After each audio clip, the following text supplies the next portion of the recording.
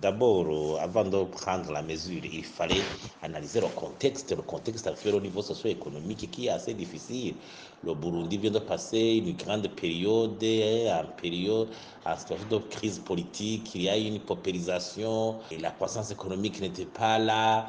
Et donc, dans de telles conditions, les gens vivent au jour le jour. Donc, les activités économiques qui donnent de l'emploi et ne sont pas suffisantes. Donc, après avoir analysé le contexte, il faudrait alors solliciter les avis de tous les concernés, faire un débat pour que les concernés puissent s'exprimer par rapport à cela.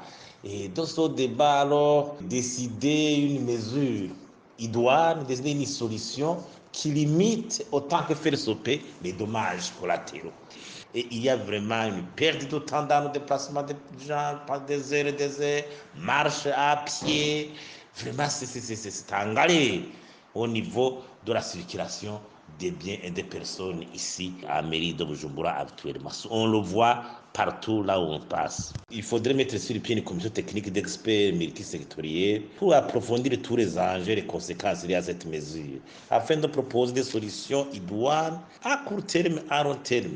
La problématique de transport des biens des personnes, au Burundi même en général, à Mairie de Bujumbura en particulier, et organiser alors les états généraux, regrouper tous les intervenants dans le secteur de transport, la société civile, les autorités, les experts dans le domaine, afin d'améliorer la politique sur le transport public et privé des biens personnes au Burundi, plus particulièrement dans les capitales politiques et économiques.